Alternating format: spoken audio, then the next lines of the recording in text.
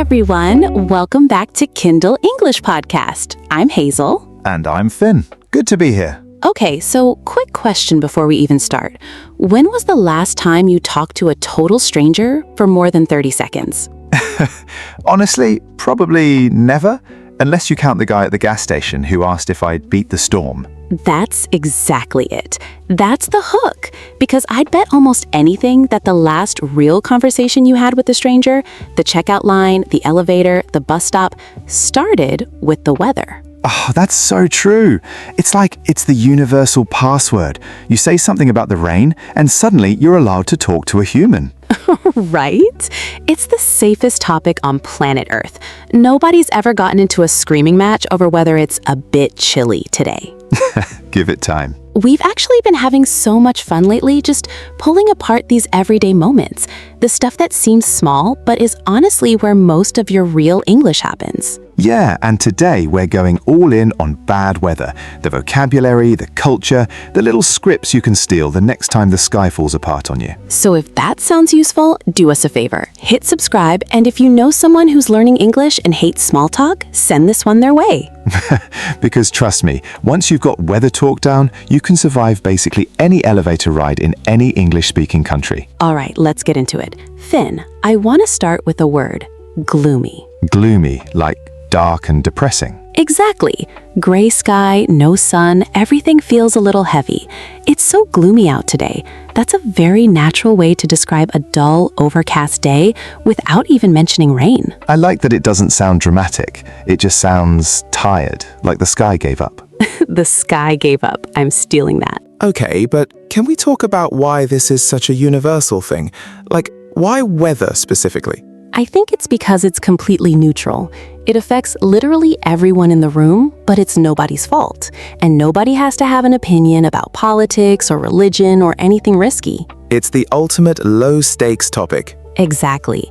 And here's the thing. For English learners, that makes it kind of perfect because you're going to need it constantly in real situations with real strangers. Okay, give me an example. Like, where does this actually come up? Picture this. You're waiting for a delayed flight, and the woman next to you sighs and says, "Can you believe this weather?"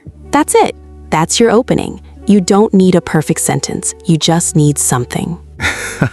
And if you freeze up, the conversation just dies right there. Right. So today, we're basically building you a survival kit. A few phrases, a few reactions, and you'll never freeze again. I love that. Okay, so vocabulary word number 2. Pouring down, as in it's pouring down. Yes, that means it's raining really, really heavily. Not a little drizzle. I mean, the sky is basically dumping water on you. Which, by the way, brings up drizzle. That's the opposite, right? Like a light, gentle rain. Exactly. Drizzle is soft and light, almost annoying because it's not heavy enough to justify an umbrella, but it still gets you wet. The most disrespectful kind of rain. The most disrespectful kind of rain. I'm putting that on a shirt. Okay, can I tell you a story? This is from a friend of mine who moved from Vietnam to Minneapolis for grad school. Minneapolis? That's what, one of the coldest big cities in the US? Pretty much. So she told me her first winter, she stepped outside in October thinking she was prepared, and within like 10 seconds, her face just hurt. Oh no. She said the air felt like tiny needles, and she went straight back inside and texted her sister, "It's so chilly here." And her sister, who'd never left Vietnam, asked, "Chili? Isn't that a type of pepper?" No. Yes, and that's actually a great point for us to clear up. Chilly means mildly cold, like uncomfortable but not dangerous. It's not the same as freezing. So my friend's face hurting from the wind was way past chilly. Way past chilly. That's more like freezing my toes off, which, side note, is a super common exaggeration Americans use. I was freezing my toes off waiting for the bus. I say that constantly here in winter. It's not even about being accurate anymore. It's just the vibe. Right, and that's a great lesson, actually. A lot of weather talk isn't really about precision. It's about connection. Nobody's fact-checking you on whether your toes were literally freezing. That's such a good point. Learners sometimes think they need the correct word, when really natives are just exaggerating for effect half the time. Exactly. And honestly, that takes the pressure off. You don't need perfect grammar to bond with someone over bad weather. You just need enthusiasm. It was so cold will get you just as far as some technically perfect sentence. Further, probably. People respond to energy, not accuracy. Did your friend eventually get used to it? Like, does Minneapolis cold ever start to feel normal? She said something interesting, actually. She said after about 2 winters, her whole sense of cold completely recalibrated. Chilly stopped meaning 50 degrees and started meaning something like 30. Wow, so her personal definition of chilly actually shifted. Totally. And I think that's a really human thing. Weather words are relative. What's chilly to someone from Ho Chi Minh City is completely different from what's chilly to someone from Winnipeg. Right. I remember visiting my cousins in Florida during what they called a cold snap, and everyone was wearing puffer jackets. It was like 60 degrees. I was in a t-shirt the whole time. A cold snap. That's a good phrase too. A short, sudden period of unusually cold weather usually implies it won't last long. So basically, one region's disaster is another region's lovely spring afternoon. Right. And that's honestly a great thing to keep in mind if you're ever chatting with someone from a completely different climate. Don't assume your definition of chilly or hot or muggy matches theirs. So what do you actually say if someone's complaining about weather that doesn't seem that bad to you? You just validate their experience instead of comparing. Something like, oh yeah, that must feel rough for you, instead of, that's nothing, you should see where I'm from. One builds connection, the other kind of shuts the conversation down. That's a really good instinct to build early, actually. Matching someone's feeling instead of competing with it. Okay, switching countries, we have to talk about the UK, because I feel like Britain and bad weather are basically married. It's true. I actually lived in Manchester for a semester, and I swear, within my first week, I heard the word brolly about 6 times before I figured out it meant umbrella. Wait, brolly? That's such a specific little word. It's very British slang, short and casual, like grab your brolly, it's about to chuck it down. Chuck it down? Is that also rain? Yup, same idea as pouring down, just more regional. British English has honestly like 15 different ways to say it's raining hard. That says a lot about a culture, doesn't it? If your language has 15 words for rain, rain is clearly a big part of your life. It really is. And here's something interesting. In the UK, weather isn't just small talk. It's almost a national pastime. People genuinely discuss it in depth. Forecasts, comparisons to last week, predictions. Okay, but is that actually true or is that a stereotype? Because I feel like every country thinks it talks about weather the most. I mean, I lived it every single day, multiple times a day. Someone brought it up unprompted. My host family would discuss the forecast at breakfast like it was breaking news. Okay, but Canadians do that too. I have family in Toronto and winter weather talk is basically a competitive sport up there. Oh, you think this is cold? See, that's the other side of it. In Canada, it's less about complaining and more about toughness, like a badge of honor. Totally. I walk to school in -30 energy. Whereas in the UK, it felt more like shared suffering, bonding through mutual gloominess. At least we're gloomy together. Exactly, which honestly might be the most human thing about weather talk. It's not really about the sky. It's about finding something, anything, to share with the person next to you. Okay, now let's go somewhere completely different. Australia, because I feel like their weather stories are just unhinged in a good way. Unhinged is right. A friend of mine studied in Melbourne, and she said locals have this joke. Melbourne has 4 seasons in one day. Wait, seriously? Like actual seasonal changes in one day? She said she left her apartment in the morning and it was warm and sunny. By lunch, it was pouring down. By afternoon, it was practically freezing with wind. And by evening, the sun was back out like nothing happened. That sounds exhausting to dress for. She said Melburnians just carry a jacket, sunglasses, and an umbrella everywhere, all year round, just in case. That's honestly smart planning. Meanwhile, in a lot of Australia, you've also got extreme heat, right? Like proper heat waves. Yeah, and that's where you get a totally different vocabulary. Words like scorcher, meaning a really hot day.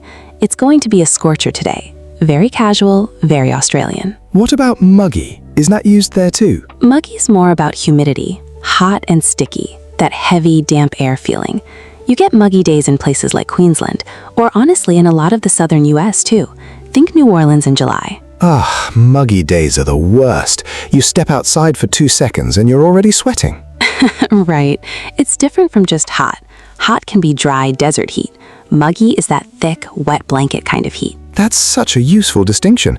I don't think I ever separated those two ideas before. That's the thing about weather vocabulary. It's not just about temperature. It's about how it feels on your skin. Gloomy, chilly, muggy, scorching, they're all sensory words. Did your friend say Australians actually plan their whole day around this, or do they just kind of roll with it? She said it's honestly baked into daily habits there. Checking the forecast isn't optional. It genuinely decides whether you take a jacket, sunscreen, and an umbrella all at once. Sunscreen and an umbrella in the same bag. That's such a specific image. Right. And apparently there's this whole cultural thing around sun safety too.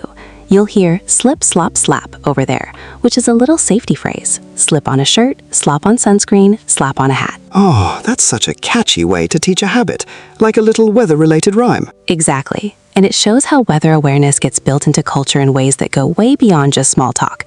It shapes actual daily routines and safety habits. It's kind of wild how differently each country's relationship with weather develops, depending on what they're actually dealing with.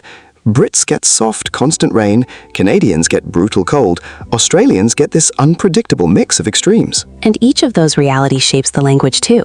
The phrases people reach for, the jokes they make, even how much they complain versus how much they just accept it. Which I guess brings us right back to us, because we've been talking for a while now, and I haven't heard you mention a single practical phrase yet.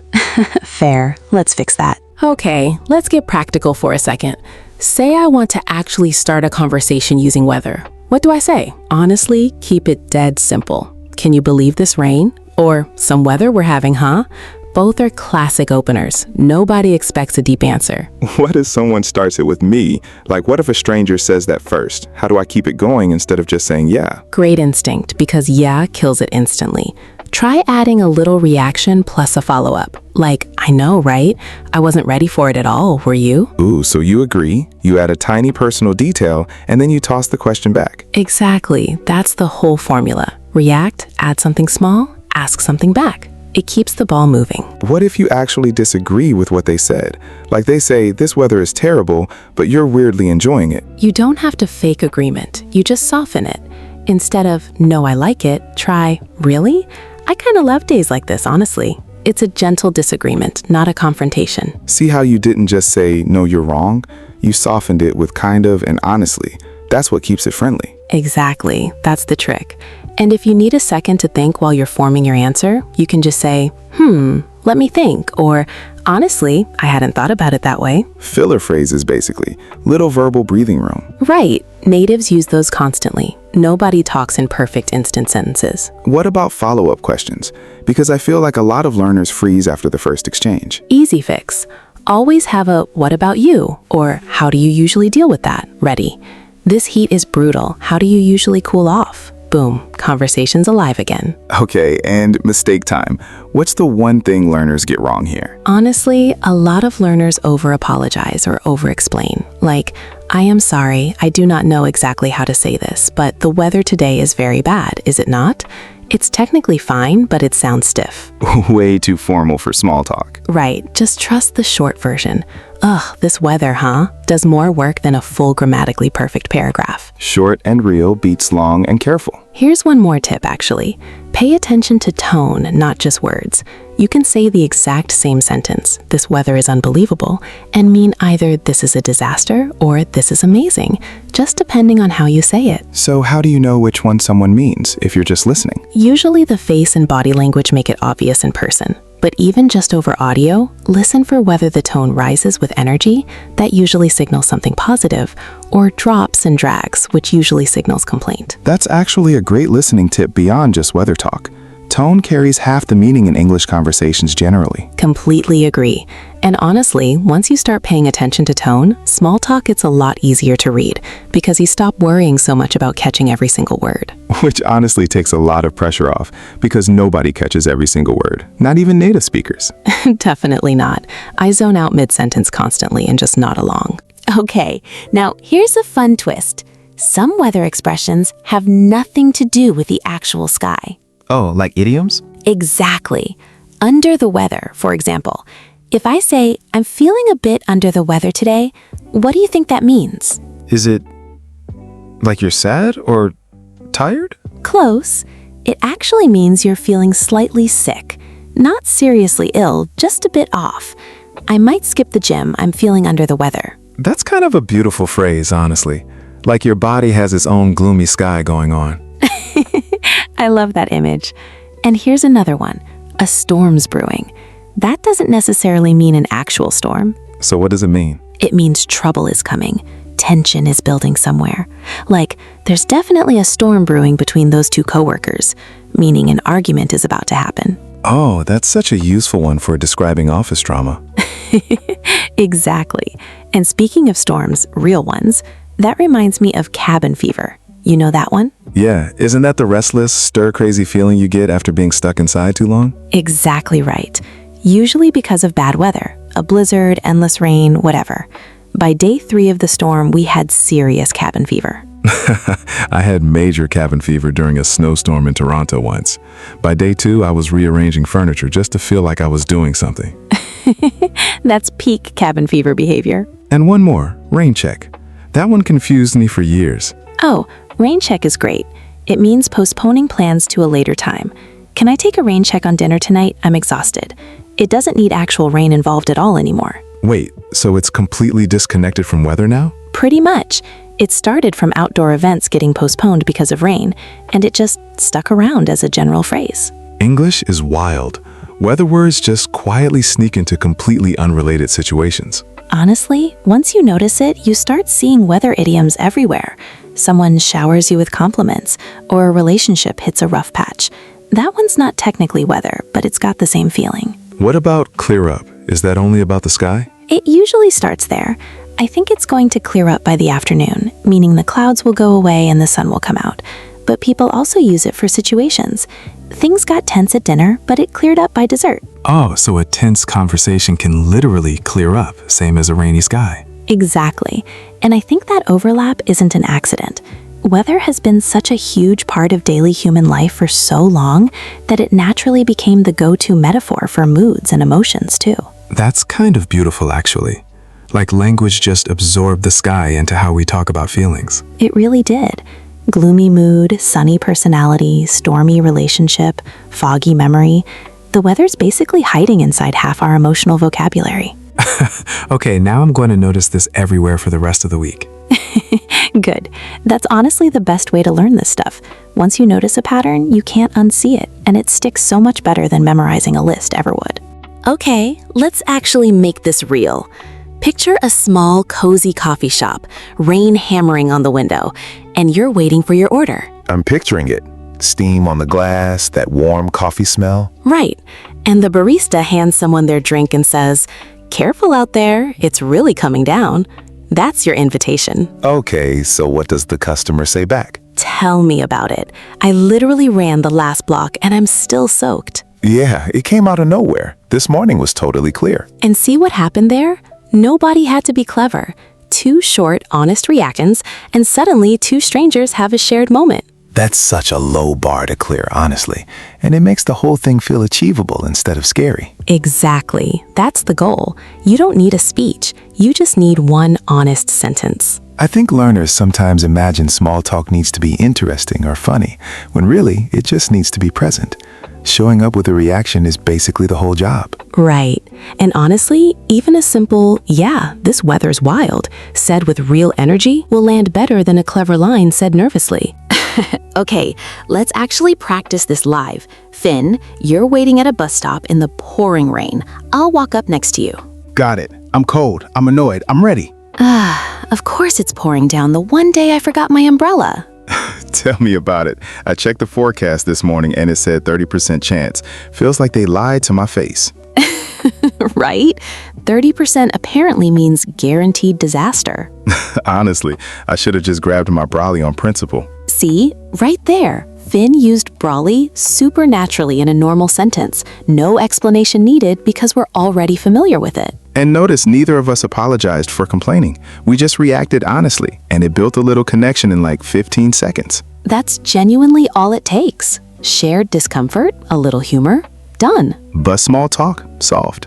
Okay, I do want to push back on something though. Is the British people are obsessed with weather thing maybe a little overdone at this point? Honestly, that's fair. I think every culture has weather as a safe topic. It's just that the UK gets the reputation because it's such a well-known stereotype internationally. Right. But I'd argue there's a real reason it's stuck around.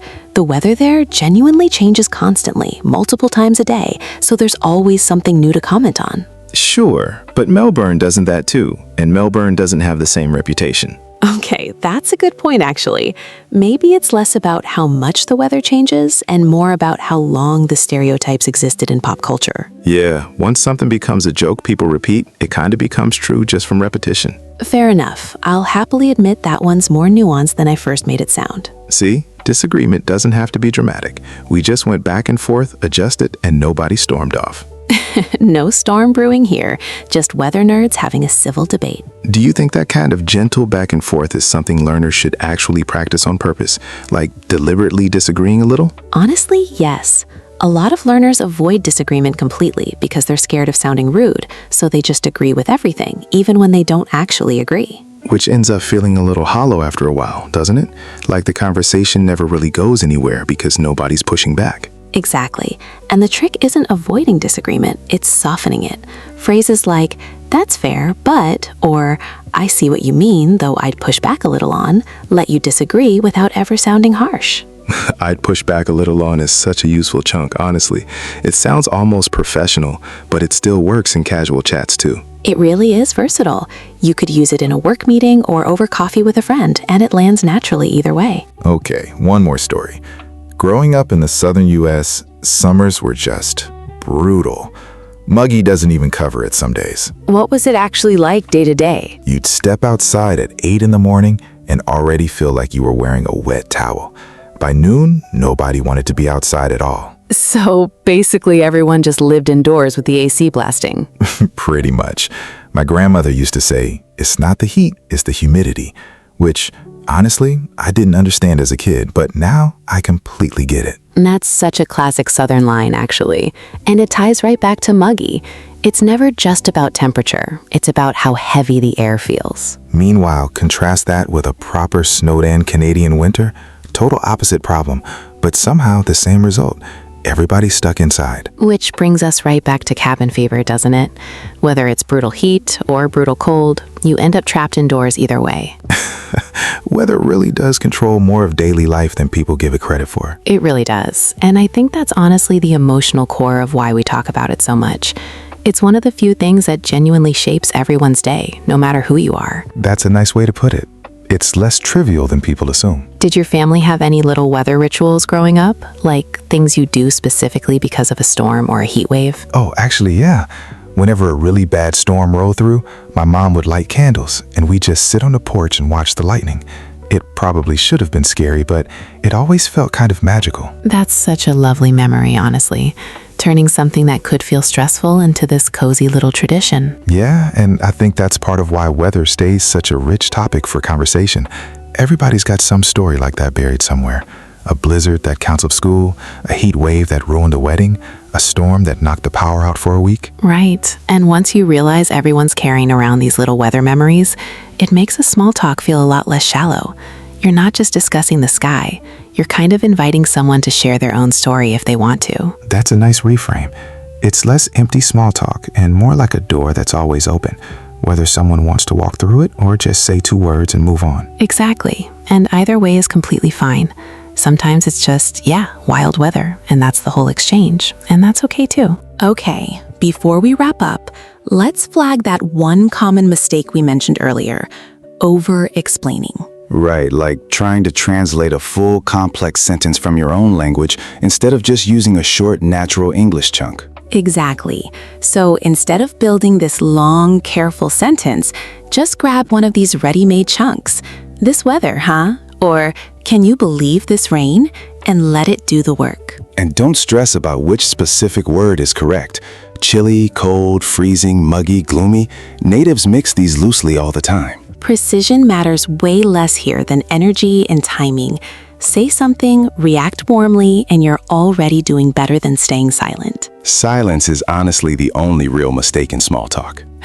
Truer words have never been spoken. Okay, let's bring this one home. So today we talked about gloomy skies, pouring rain, brawlies, muggy afternoons, and all those sneaky idioms like under the weather and storms brewing. And honestly, my favorite takeaway is just how low the bar is. You don't need a perfect sentence. You just need to show up with a little reaction and a follow-up question. And remember, precision matters way less than energy here.